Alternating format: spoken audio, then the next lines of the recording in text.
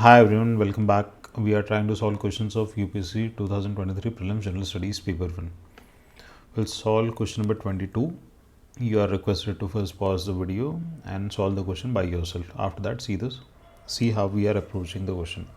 We are trying to solve these questions to understand the perspective of how a sincere candidate and someone who is well read would be approaching the questions in real-time examination conditions. तो चलिए ये question देखते हैं. Question क्या है? Question में क्या है, दो स्टेटमेंट्स दे रखी है, स्टेटमेंट 1 स्टेटमेंट 2. क्या पता करना है? Which of the following is correct पता करना है. ऑप्शंस किस नेचर के हैं? स्टेटमेंट 1 और स्टेटमेंट 2 वाले नेचर के. We are already seen what kind of options these are based on the previous questions that we have solved in this paper.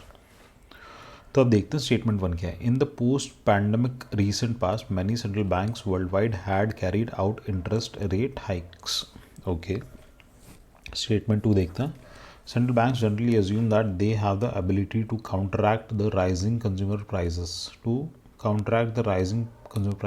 via monetary policy. Central banks, सही बात है. जो monetary policy होती है, monetary policy comes under the ambit of central bank. For example India के case में जैसे MPC है. MPC is the monetary policy committee which makes sure that the inflation rise in the level of 4 plus minus 2%.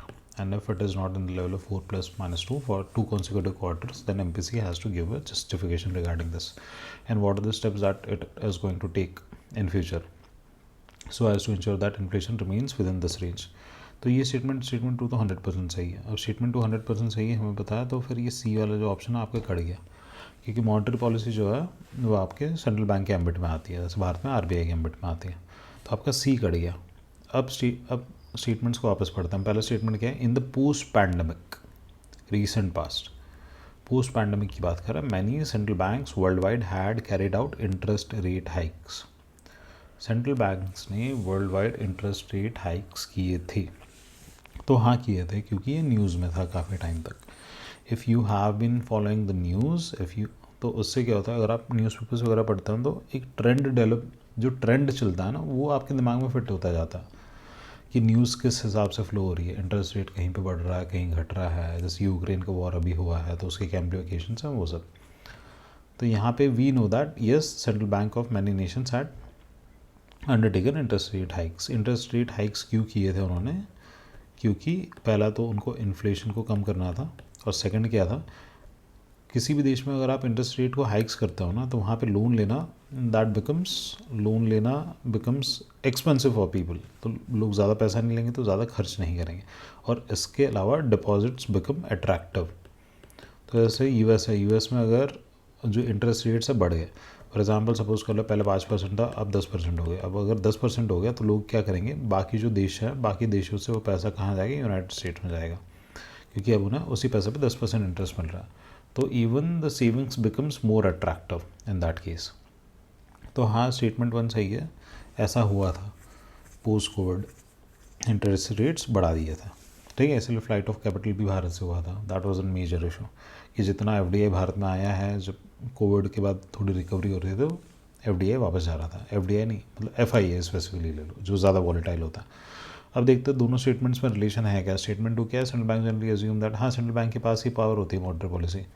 और पहले में क्या कर रहा है, सेंट्रल बैंक इंटरेस्ट रेट को हाइक करता है. तो हाँ, ये दो स्टेटमेंट्स जो है वो रिलेटेड भी है और एक दूसरे को सपोर्ट भी कर रहा है. मतलब second statement trying to support and substantiate the first statement. तो इसलिए इसका आंसर क्या होना चाहिए? Both the statement 1 and statement 2 are correct, and statement 2 is the correct explanation for statement 1. Statement 2 में बोल रहा है कि जो आपका सेंट्रल बैंक है उसके पास ही पावर होती है मॉनेटरी पॉलिसी के अंडर, कि कंज्यूमर प्राइसेस अगर बढ़ रही हो तो उनको रेगुलेट करना है. ठीक है, तो ये क्वेश्चन थोड़ा सा कॉन्सेप्चुअल था. इस क्वेश्चन से ये भी समझ आ रहा है कि इकोनॉमी को आपको किस डेप्थ तक पढ़ना है, इकोनॉमी से किस हिसाब से किस टाइप के क्वेश्चंस आते हैं. तो क्वेश्चन इतने डिफिकल्ट नहीं होते, बट थोड़े से कॉन्सेप्चुअल होते हैं. तो कॉन्सेप्चुअल क्लैरिटी होनी चाहिए. फॉर एग्जांपल IIP क्या होता है, WPI क्या होता है, CPI क्या होता है, कौन रिलीज़ करता है, इनके क्या ट्रेंड रहे हैं, भारत में अभी कितना फॉरेक्स रिजर्व है, FDI इन्वेस्टमेंट भारत में कितना आया है अब तक, इन्फ्लेशन का जनरल ट्रेंड क्या रहा है, फिस्कल डेफिसिट का क्या रहा है, GST जो है हमारा करीबन 1 साल से 1.5 लाख करोड़ के ऊपर है पर मंथ, तो उसका क्या ट्रेंड रहा है, कॉर्पोरेट टैक्स का कलेक्शन कितना है, डायरेक्ट टैक्सेस का कितना है, इनडायरेक्ट टैक्सेस का कितना है, टैक्सेस के कलेक्शन में कितना इंक्रीमेंट है.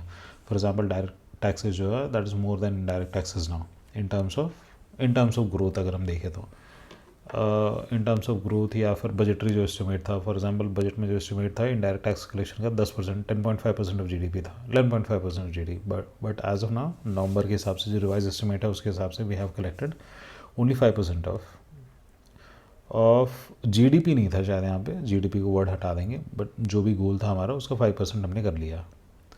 10% गोल था तो 5% कर लिया। उसी हिसाब से डायरेक्ट टैक्सेस में क्या है, गोल जैसे हमारा 10.5% था तो जो हमने अचीव कर लिया वो अराउंड उससे बहुत ज़्यादा है, मतलब ग्रोथ रेट अराउंड 28% के करीबन है डायरेक्ट टैक्सेस में। तो इस हिसाब से थोड़ा बहुत ट्रेंड वगैरह आपको पता होना चाहिए। तो this question was quite interesting, economy से रिलेटेड क्वेश्चन था, कॉन्सेप्चुअल क्वेश्चन था। एंड करते हैं ऐसे, मिलता है आपसे नेक्स्ट क्वेश्चन पर।